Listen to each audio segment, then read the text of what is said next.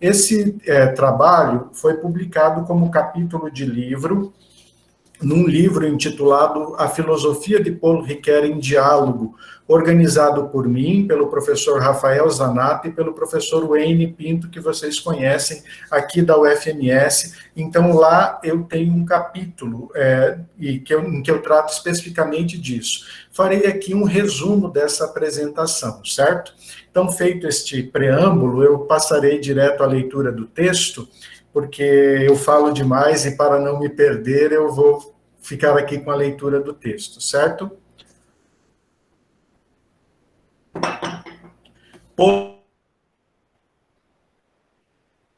E a filosofia, Paul Ricoeur e a história como hermenêutica. No tempo, os homens são. Introdução.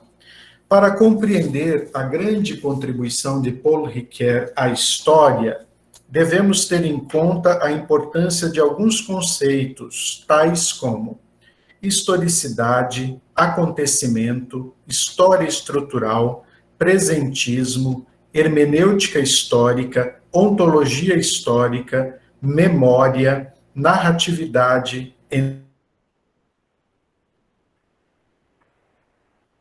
uma enorme complexidade. Nas palavras de François Dorsey, cito, Paul Ricoeur revoluciona a história, fim de citação. Pode-se estabelecer um paralelo entre Paul Ricoeur e Michel Foucault como os principais filósofos franceses a fazerem contribuições importantes à história no contexto do século XX, e aos textos de François Dossey e Paul Veyne, com títulos homônimos sobre os respectivos reflexões sobre a história. Isso é um dado interessante, porque Paul Veyne escreve um artigo chamado Michel Foucault revoluciona a história, e Paul Veyne é um historiador. E François Dossey responde esse texto de Paul Veyne com um texto chamado Paul Ricoeur revoluciona a história. Então, essa competição entre Foucault e Ricoeur, desde o tempo do Collège de France, né, pela disputa da vaga do Collège de France, continua na história. Então, essa ironia do François Dossey aqui presente. Acreditamos ser importante situar alguns aspectos relevantes do campo historiográfico para compreender melhor o tema estudado. O primeiro elemento é entender as principais teorias que fundamentaram a escrita da história a partir do século XIX, a saber, a filosofia da história e a história das ideias, o idealismo, de Hegel, o materialismo histórico e dialético de Marx e Engels, o positivismo de Ranke e o historicismo de Dilthey. História entraram em crise com a fenomenologia de Russell e sua análise da crise das ciências europeias. No que consistia a crise das ciências identificada por Russell? Tratava-se da superação do cientificismo positivista e da construção de um modelo de cientificidade para as ciências humanas baseado na fenomenologia. A crítica contundente a esses modelos de escrita da chamada Escola dos Análises, de Marc Bloch e Lucien Febvre, deu origem à história cultural francesa, oportunizando uma renovação teórica e metodológica no campo da história. É nesse contexto da pesquisa histórica que surgiram as contribuições de Paul Ricoeur à história. A partir da segunda metade do século XX, surgiu a chamada crise da história, apontada por Roger Chartier na obra A História ou a Leitura do Tempo. Essa crise se evidencia nos anos 70 com a publicação de 3 obras: Como se escreve a história, de Paul Veyne, de 1971, Meta-história, de Hayden White, de 1973, e A Escrita da História, de Michel de Certeau, de 1975. O historiador trabalha com o real ou com a ficção? A história é apenas uma narrativa? A narrativa e retórica levaram à perda da cientificidade da história. Mais uma vez, Ricoeur inseriu-se nesse debate ao investigar as relações entre história e narrativa, um tema central das pesquisas no campo da história para a época. A filosofia e a história, um diálogo difícil. O historiador François Dosse é autor da principal biografia de Paul Ricoeur, intitulada Paul Ricoeur, Os Sentidos de uma Vida. Eu tenho até aqui, gostaria de apresentá-la, esta obra do Ricoeur, né, sobre o Ricoeur, na verdade, que é do François Dosse, uma obra monumental, como vocês estão vendo, como a própria vida do Ricoeur e a sua obra. Né? Publicada esta obra, Paul Ricoeur, Os Sentidos de uma Vida, respectivamente na França em 2001 e no Brasil em 2017. É, sem dúvida, François Dosse, o principal historiador a dedicar-se ao estudo das contribuições de Ricoeur para a história, não apenas investigando o potencial heurístico do pensamento ricoeuriano para a operação historiográfica, mas também preocupando-se com sua recepção e apropriação no campo da história. Além disso, Dosse considerou que as contribuições de Ricoeur ultrapassam os campos da filosofia e da história e chegam como importantes possibilidades de pesquisa no campo das ciências humanas em geral. De fato, Ricoeur foi um pensador multifacetado, e isso permite à sua obra e ao seu pensamento muitas possibilidades de análise e de pesquisa, tais como na história, na filosofia, na literatura, na linguística, na sociologia, na antropologia, na hermenêutica, na teologia e nos estudos culturais, entre outros. O modo como um historiador francês do século XX estabeleceu diálogo com um filósofo é o primeiro elemento a chamar a nossa atenção. Afirmou Dosse em seu importante artigo Paul Ricoeur revoluciona a história, que, cito, o diálogo entre filosofia e história é particularmente difícil na França, fim de citação. Mais tarde, ele completaria tal afirmação ao argumentar que considerava-se necessário, cito, a tendência natural à rejeição a qualquer diálogo, até em nome do ofício de historiador com a filosofia. Fim de citação. Isso deveu-se, cito, ao triunfo público da Escola dos Análises, rebatizada de Nova História. Fim de citação. Essa rejeição da filosofia procurava evitar que a filosofia da história em geral e o hegelianismo em particular continuassem a exercer o seu domínio na história.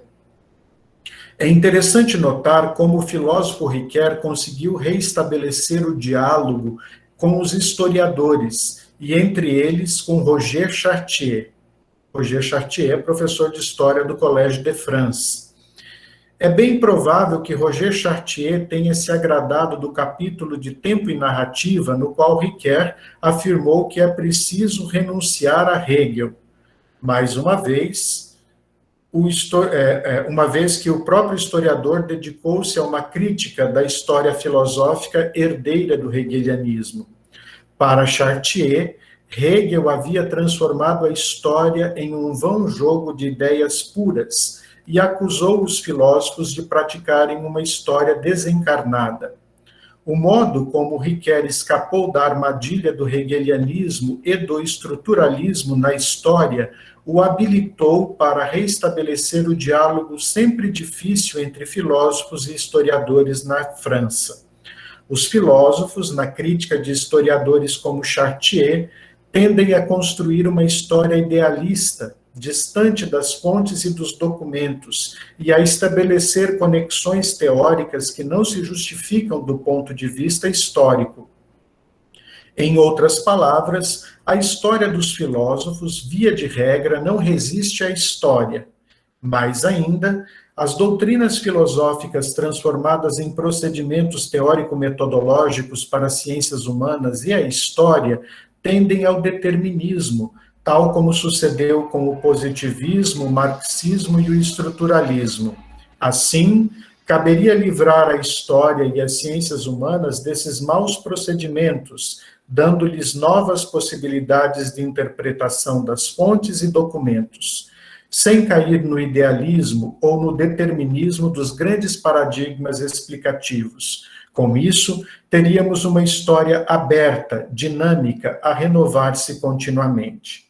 Dossi ocupou-se do pensamento de Riquet em inúmeras obras editadas no Brasil, muitas delas com a colaboração da professora Helenice Rodrigues da Silva, que eu citei aqui anteriormente na minha fala, com destaque para História à Prova do Tempo, da História em Migalhas ao Resgate do Sentido, de 2001, História e Ciências Sociais, de 2004, O Desafio Biográfico Escrever uma Vida, de 2009, Paul Ricoeur, Os Sentidos de uma Vida, de 2017, e O Império do Sentido, a Humanização das Ciências Humanas, de 2018, entre outras.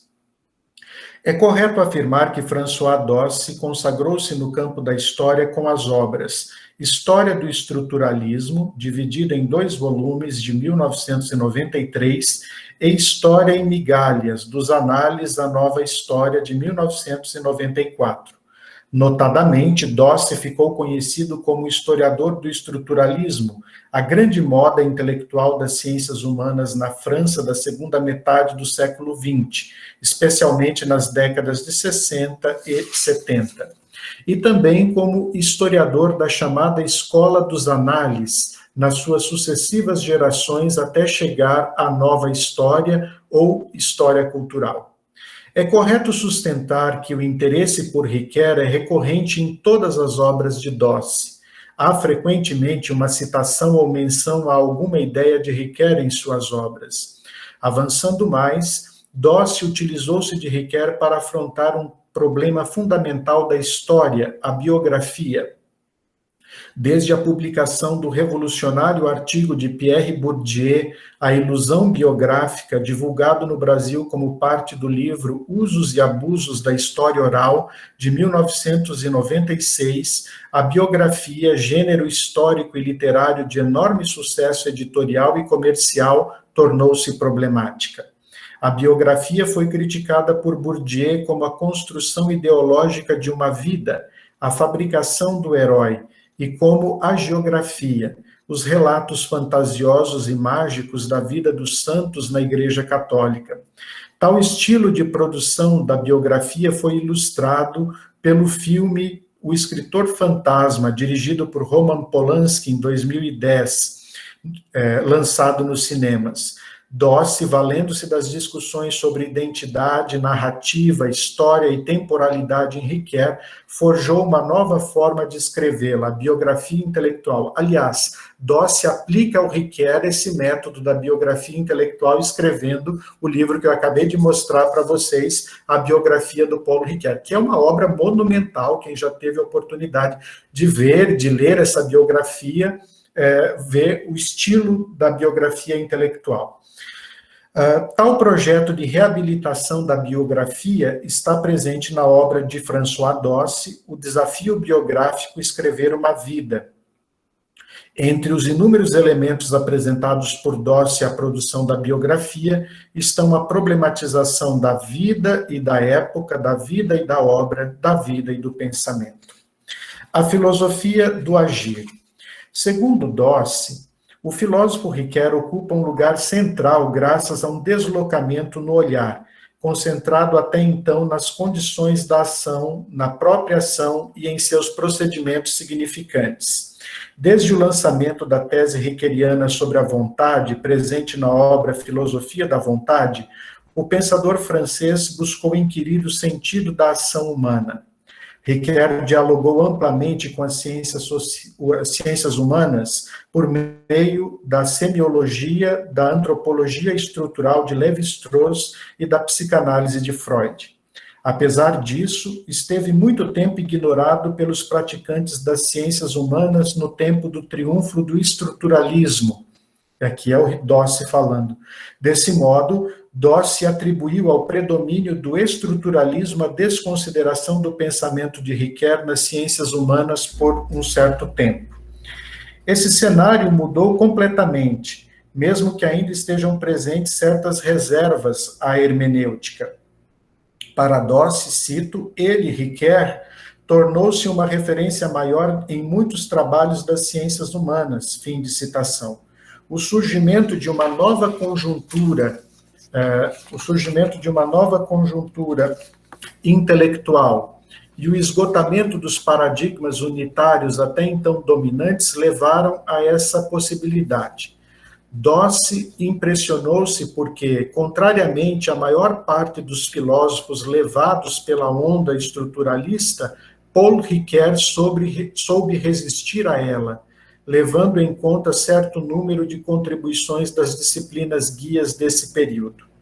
O historiador considerou que, cito, é essa resistência que permite até hoje a retomada, o desdobramento dos questionamentos das ciências humanas numa nova relação com a filosofia. Fim de citação.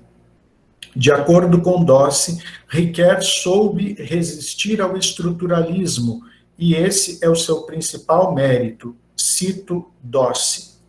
Paul Ricoeur pôde resistir às ilusões da época, que atravessou sem desviar de suas orientações iniciais, graças a uma relação muito intensa com a tradição hermenêutica alemã, desde Friedrich Schleiermacher, com a ciência do espírito de William Dilthey, e a fenomenologia de Edmund Husserl, com as reflexões de Martin Heidegger sobre a historicidade e as de Hans-Georg Gadamer sobre a tradição, além de outras influências maiores, como o existencialismo, o de Karl Jaspers e o de Gabriel Marcel, ou o personalismo de Emmanuel Mounier.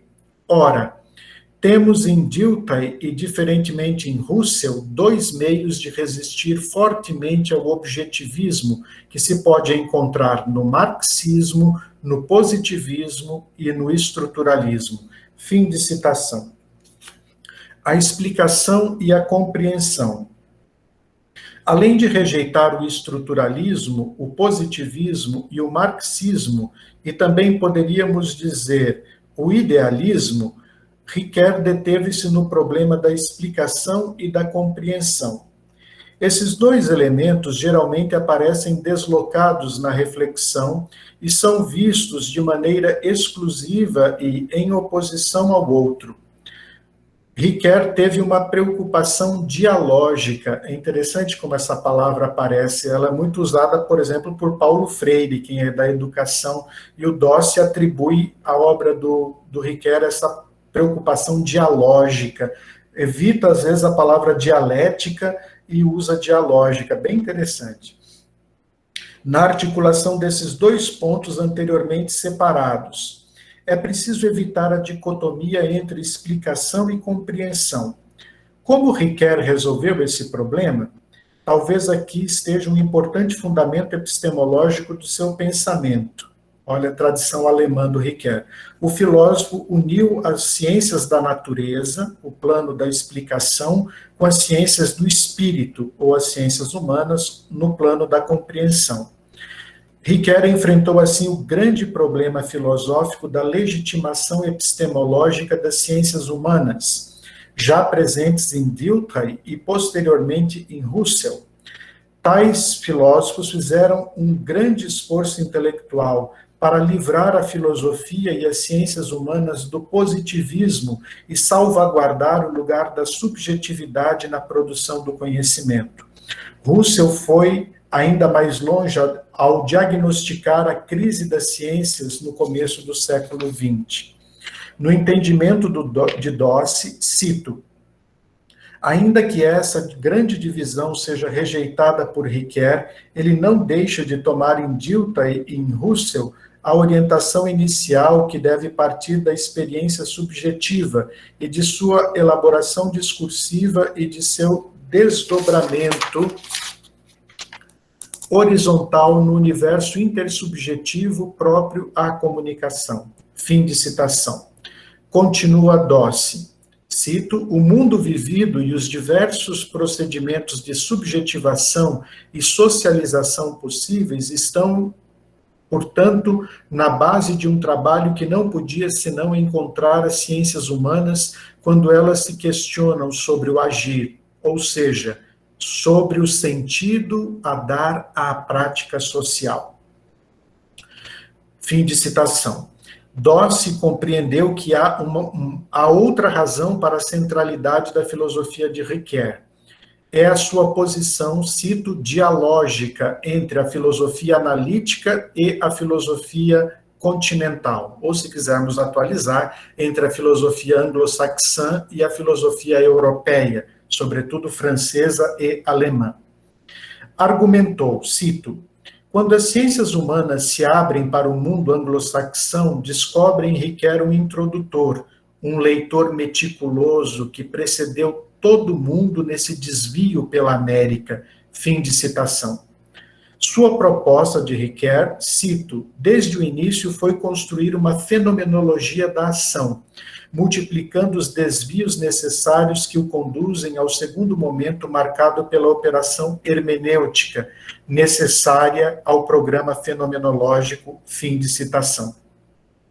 Por isso, em Ricoeur há uma dupla perspectiva que situa-o entre a experiência vivida e o conceito. Continua Dawes, cito, Paul Ricoeur se situa num espaço intermediário entre o senso comum, cujas competências são reavaliadas enquanto ontem eram rejeitadas na illusio própria à doxa, e uma dimensão epistemológica que perdeu a posição de escora. O conceito não mais se opõe ao vivido para desqualificá-lo, e Ricoeur empreende uma busca do sentido a partir de mediações imperfeitas, numa dialética inacabada, sempre aberta a uma nova atribuição do sentido. Essa abertura sobre a temporalidade corrente de gerações inscrita na trama da história opõe-se à absolutização da noção de ruptura epistemológica própria do paradigma estruturalista. Fim de citação. A hermenêutica. Já estou caminhando para o final. Temos mais algumas 2, 3 páginas e eu encerro. A hermenêutica. De acordo com Dawes, Ricoeur propôs, cito, uma via mais paciente e mais modesta à pretensão de objetividade de ciência do estruturalismo, fim de citação. Tal via foi chamada de, cito, hermenêutica da compreensão histórica, fim de citação. Essa ideia também foi defendida em outro lugar. A história é uma hermenêutica. Essa afirmação é de Ricoeur e foi esse título que eu quis dar à minha fala, para instigar a aproximar a hermenêutica da história em Ricoeur, porque ele defende isso, a história como hermenêutica. O enxerto hermenêutico aludido por Dawes compreenderia uma tripla mediação, que faz a busca eidética, a busca da essência do objeto constituída por contornos ideais capazes de preencher intenções significantes e variáveis, passar pelos sinais, pelos símbolos e pelos textos. Isso é bem ricoeuriano, né? Sinais, símbolos e textos. Fim de citação. A mediação por sinais seria, cito, a condição linguageira de toda a experiência humana. Achei lindíssimo essa expressão. A condição linguageira de toda a experiência humana, ou seja, o humano é linguagem, o humano se mostra na linguagem que é codificada por sua vez. A obra do texto à ação representaria essa mediação. Já a mediação dos símbolos está presente na obra Simbólica do Mal, de Ricoeur, na qual Ricoeur, cito, desenvolve uma explicação de um sentido segundo e oculto de expressões ambivalentes. Na visão de Dawes, Ricoeur operou uma mudança na compreensão dos símbolos. Cito, ele parte da busca de significação dos símbolos primários, mostrando que o símbolo é mais do que um sinal, já que manifesta em seu objetivo uma intencionalidade dupla, fim de citação. Nesse ponto, Ricoeur elabora a sua teoria do símbolo, mostrando seu potencial valor para as ciências humanas. Os símbolos, cito, possuem uma ordem fenomenológica e uma ordem histórica. Olha a história aparecendo aqui. ordem fenomenológica e ordem histórica. É justamente aqui que surge o conflito de interpretações, obra na qual Ricoeur abordou esse problema polêmico. Os símbolos remontam a uma pluralidade de sentidos. Por sua vez, os sentidos estão em conflito, muitas vezes trágico, numa luta pela legitimidade própria entre interpretações incompatíveis, como no caso da oposição entre Creonte e Antígona. Ricoeur revitalizou, cito, o projeto hermenêutico, situando-o no cerne de uma verdadeira guerra hermenêutica, em tensão entre uma legítima estratégia de desvendamento conduzida pelos mestres da suspeita, Marx, Freud e Nietzsche, e não menos legítimo recolhimento de um sentido mais elevado. Fim de citação. A mediação do texto terá um lugar ainda mais importante na obra de Ricoeur.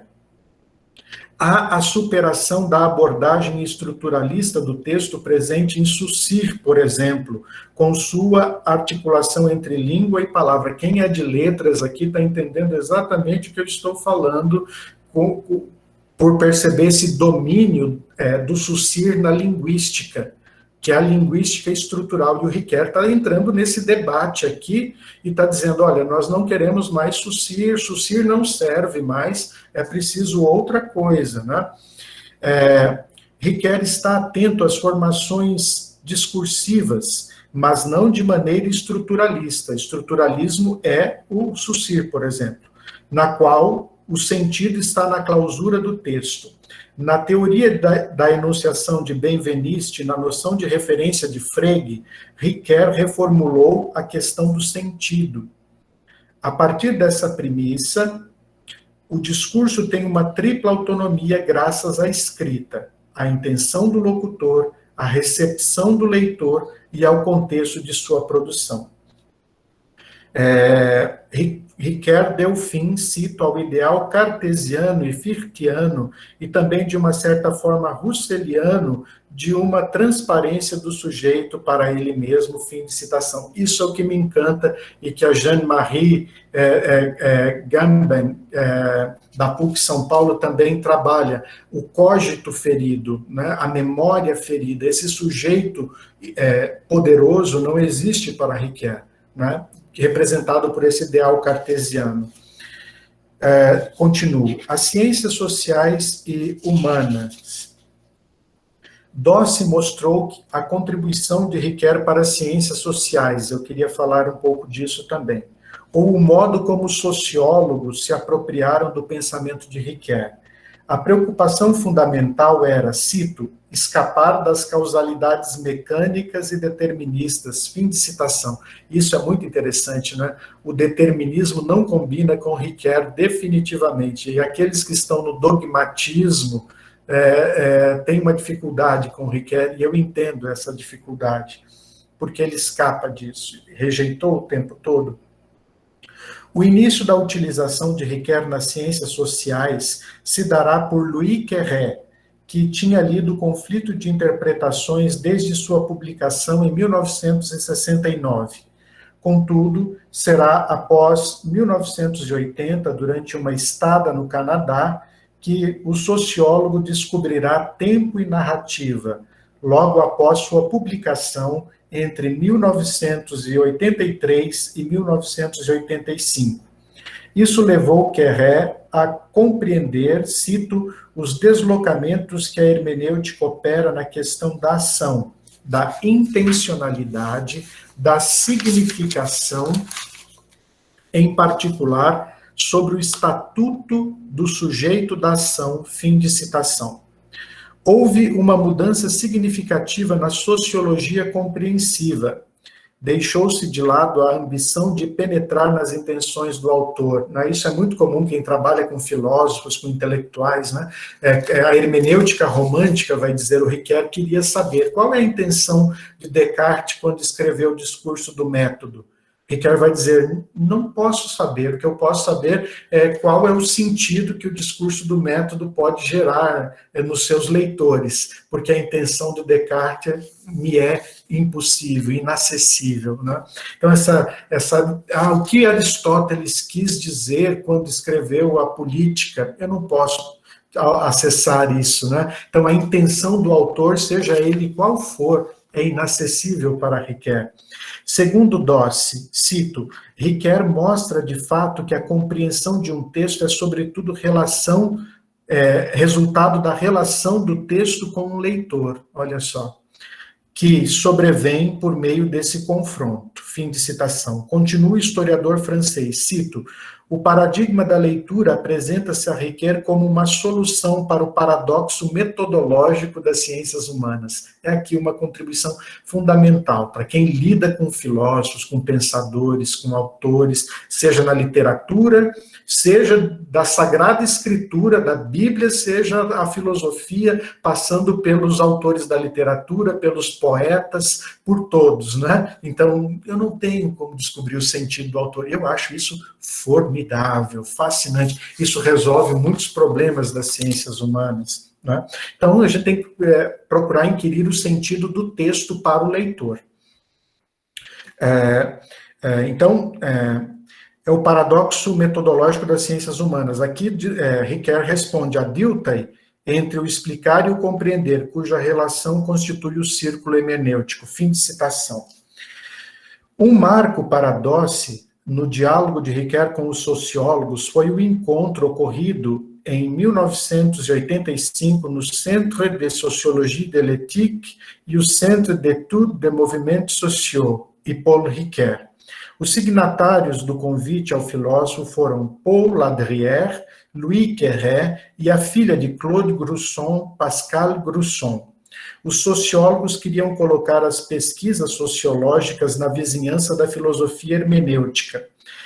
Em sua arguição, Ricoeur situou-se mais próximo de Weber e distante de Dilthey, a fim de superar a oposição entre explicação e interpretação.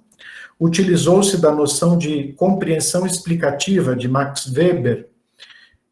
Ricoeur apresentou a importância dos jogos de linguagem nas interações sociais. Então, aqui é Ricoeur contribuindo para renovar a própria sociologia, usando Wittgenstein, né? E a linguística com jogos de linguagem. Esse diálogo levou a obra, não sei se está traduzido em português, pergunto aqui aos colegas que estudam Ricoeur há mais tempo que eu, Filosofia e Sociologia, História de um Reencontro, tradução minha, isso é o François Dossi citando. Compreendeu Dossi que, cito, Ricoeur entre os sociólogos encontra eco entre os sociólogos preocupados em reavaliar as competências dos atores sociais e de sua capacidade de descrever o mundo social e, dessa maneira, dar a ele uma explicação. Fim de citação. Sustentou Dossi que o diálogo de Ricoeur com os sociólogos foi facilitado pela tripla influência que a fenomenologia, a pragmática e a etnometodologia exerceram sobre os sociólogos franceses. Então, esses movimentos intelectuais prepararam o terreno para que Ricoeur chegasse na sociologia. Ricoeur estava no cruzamento dessas teorias, recolocando principalmente a questão da intencionalidade disputada entre a filosofia analítica e a fenomenologia. Na teoria ricoeuriana, entre o texto e a ação, existem posições inspiradas em Wittgenstein e em Elisabeth Anscombe, opondo-lhes essencialmente os argumentos da fenomenologia russeliana. Há uma adesão às orientações de Ricoeur naquele encontro com os sociólogos, contudo não unânime entre os renovadores das ciências humanas, notadamente na corrente da antropologia das ciências marcada pelo nietzschiismo. A teoria de Ricoeur foi chamada de fenomenologia da experiência do agir, que inspirou uma semântica da ação. Agora, o último ponto do texto, que é o cerne da minha fala, a história é uma hermenêutica. E aqui eu vou analisar como Roger Chartier interpretou a obra de Ricoeur e o encontro de Chartier com Ricoeur.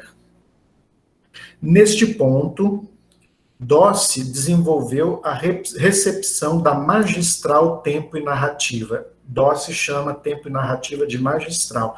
E, assim, é a obra mais importante de história do Ricoeur.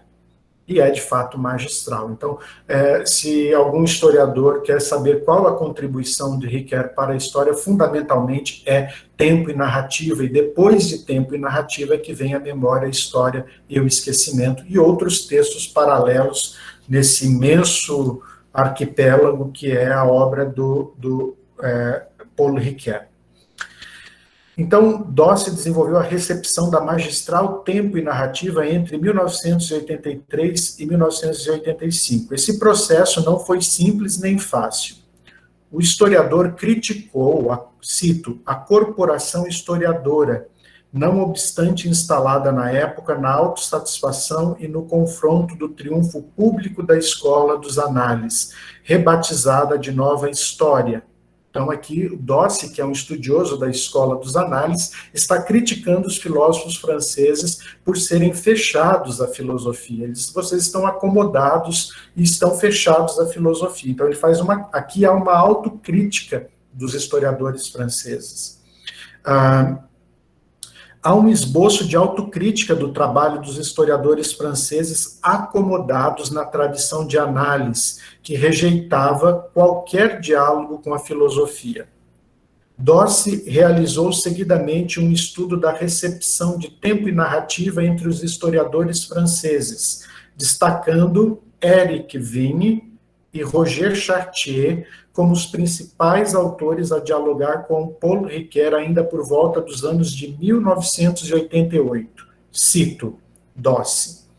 Éric Vigne e Roger Chartier participaram ativamente em junho de 1987 das jornadas dedicadas a Paul Ricoeur, cujos trabalhos foram publicados no número especial da revista Esprit. Fim de citação. A edição da revista Esprit ocorreu sob os números 7 e 8, publicados entre julho e agosto de 1988. Essa edição da revista é considerada um marco da apropriação de Ricoeur pelos historiadores franceses. Então, é muito importante quem, de repente, for fazer uma tese de doutorado sobre Ricoeur e a história, ter acesso a esses números da revista Esprit, porque ali é Chartier falando da leitura que ele fez do Ricoeur. Não é o Rodrigo, mas é alguém como Roger Chartier, né, que professor do Collège de France, que analisa, né, o tempo e narrativa. Essa edição, já disse isso aqui, de acordo com Chartier, a trilogia de Ricoeur é o livro mais importante sobre história publicado no curso dos últimos 10 anos. Fala do Chartier. Em 88, Chartier está dizendo: Tempo e Narrativa é a obra de história mais importante publicada no curso dos últimos 10 anos. Isso não é pouca coisa, né? Então, vindo de Roger Chartier, a gente pode mensurar a importância que Ricoeur tem para a história. Essa frase é do Chartier. Cito Dossi agora. E aqui é o Dossi analisando a fala do Chartier. O primeiro mérito de Ricoeur, segundo Chartier, é romper com aquilo que os historiadores recusam: as intervenções dos filósofos da história exteriores à prática histórica. Ricoeur, ao contrário das intervenções habituais dos filósofos no terreno da história, atravessou as obras históricas, as de Brodel, as de Duby, as de Fourier. Isso é muito legal, porque Ricoeur é um filósofo que leu história. É um filósofo que conhece os historiadores, e por isso a gente encontra na obra do Ricoeur os historiadores, como geralmente não acontece. Os historiadores são solenemente ignorados, muitas vezes, pelos filósofos, e o Ricoeur não. Ele lê e cita na obra dele. Então, isso já é um primeiro ponto de simpatia com os historiadores, né? É por causa disso que é um dos raros filósofos a não se contentar com metas narrativas sobre história. Ele assimila, assim, o verdadeiro trabalho da pesquisa histórica. O segundo mérito, aos olhos de Roger Chartier, é Ricoeur não ter como ambição uma filosofia da história. Isso eu concordo com ele.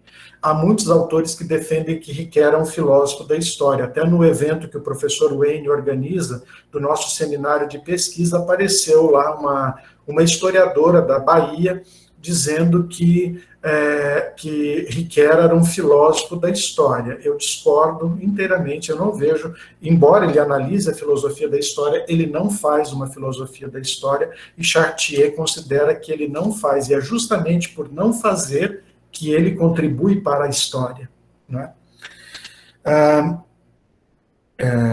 Ricoeur demonstra que o discurso histórico pertence à classe das narrativas. Por conta disso, ele se situa numa relação de proximidade particular com a ficção.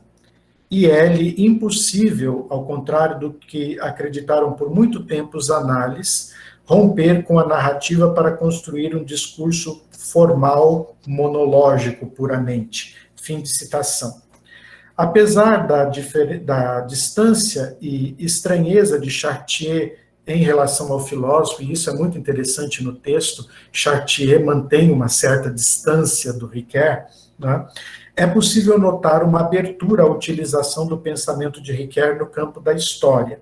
Ainda identificamos uma crítica à análise na questão do rompimento com a narrativa e com a construção de um discurso formal na história. Isso, para Ricoeur, não é possível. Atento às particularidades da narrativa histórica, que não é qualquer tipo de narrativa, a obra de Ricoeur, do texto à ação, impressionou Chartier. Ele mesmo diz isso. Por trazer-lhe um tema que lhe é tão caro, a leitura, né? Roger Chartier é o historiador da leitura, história da leitura. E isso tem eco na obra do Ricoeur também. Se a história é uma hermenêutica, uma interpretação, isso demanda uma atenção especial com a leitura. Contudo, Chartier indicou um perigo do sujeito universal da hermenêutica. Eu coloco isso entre aspas, o sujeito universal da hermenêutica. Então, ele está dizendo, olha, é uma crítica do Chartier ao Ricoeur. Será que esse sujeito ainda não está como um sujeito da hermenêutica? Esse leitor do Ricoeur não é um leitor idealizado? Fica aqui a dúvida e a pergunta no ar. Depois, no debate, nós podemos discutir isso. Mesmo a hermenêutica histórica de Ricoeur tem os seus riscos. E, numa queda bourdieusiana, a expressão do Chartier, Chartier pergunta-se cito, não havia uma projeção indevida da posição do filósofo hermeneuta ao tratar desse sujeito da hermenêutica.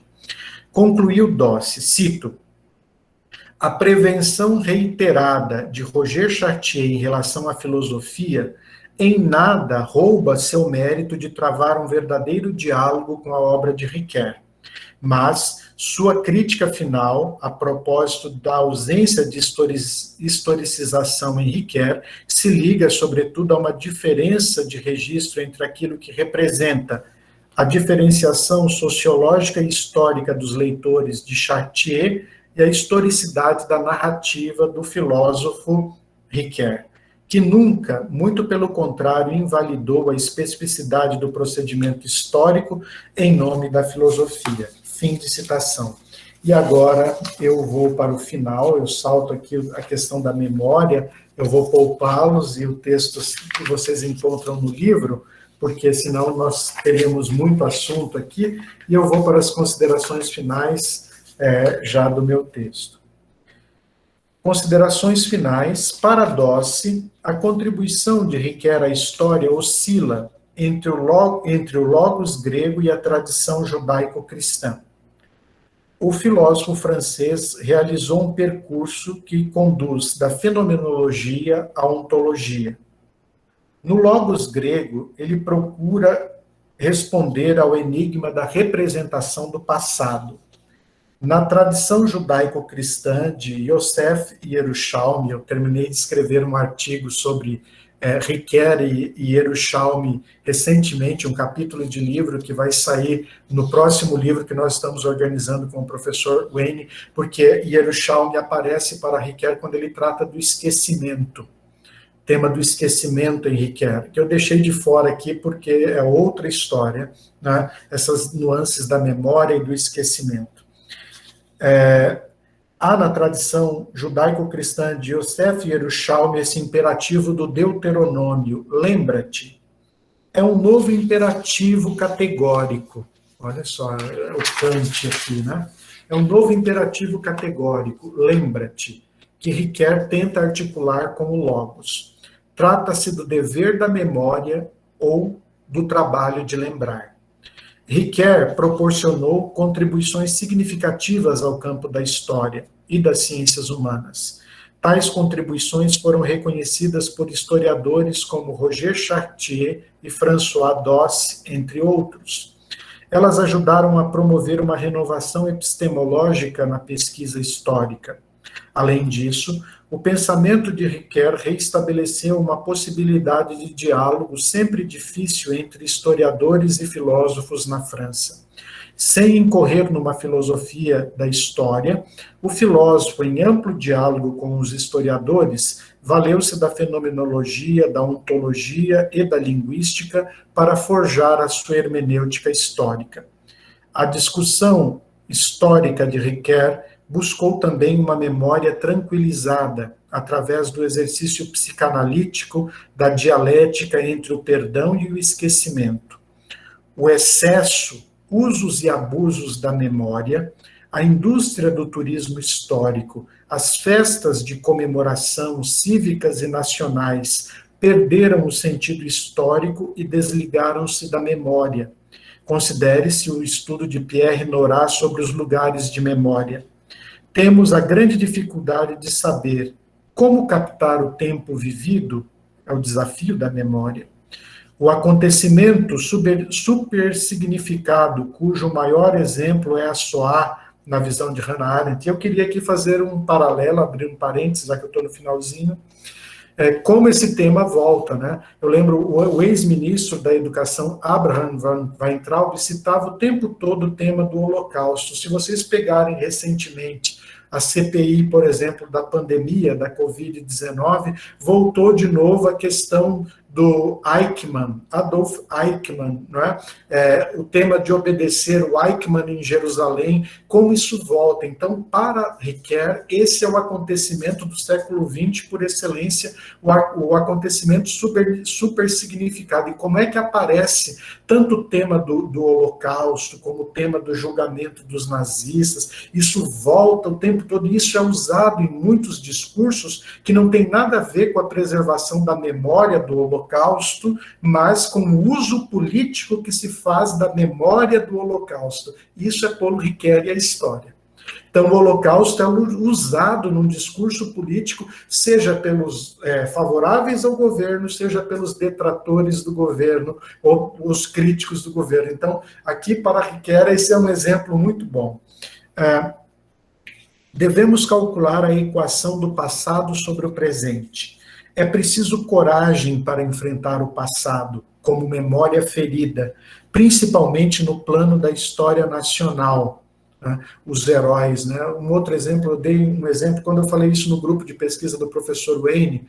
Aqui em Campo Grande nós temos várias avenidas com nomes de torturadores da ditadura, como Ernesto Geisel, né? Filinto Miller, que era daqui de Mato Grosso, no tempo que o Estado era unido, era só Mato Grosso, não tinha Mato Grosso do Sul. A avenida que passa perto da universidade se chama Filinto Miller, que era o carrasco de Getúlio Vargas no Estado Novo. Os historiadores aqui sabem, Filinto Miller foi responsável pela extradição de Olga Benário para a Alemanha nazista, né? Onde a sua filha, Anita Leocádia Prestes, nasce. Então, assim, ou seja, o que é isso? Né? a história nacional, que é uma história idealizada, e nós não temos coragem de enfrentar o nosso passado, como, por exemplo, a Espanha fez, tirando os monumentos franquistas das cidades espanholas, mudando, fazendo uma limpeza daquela ideologia do franquismo presente nas cidades espanholas, coisa que nós temos uma enorme dificuldade. Por exemplo, aqui em Mato Grosso do Sul, Geisel foi o presidente que assinou o decreto que criou o Estado, né, em 77. Depois, recentemente, a CIA liberou documentos que mostram que Geisel era um dos principais torturadores, sabia das torturas, e mesmo assim, uma das principais avenidas de Campo Grande se chama Ernesto Geisel. Nós continuamos homenageando um homem que sabia das torturas da ditadura, só porque ele é o pai do Estado, ele assinou o decreto de criação do Estado. Então, ou seja, nós queremos reforçar aquele imaginário, nós queremos aquela memória ufanista, e não a memória que enfrenta a história a partir da sua verdade. É preciso coragem para enfrentar o passado como memória ferida, principalmente no plano da história. Isso leva-nos à necessidade de um tipo de terapia da memória através da história. A identidade dos povos permanece abalada e mesmo descentrada. Precisamos redefinir quem somos quando temos a coragem de confrontarmos-nos com o passado. Muito obrigado.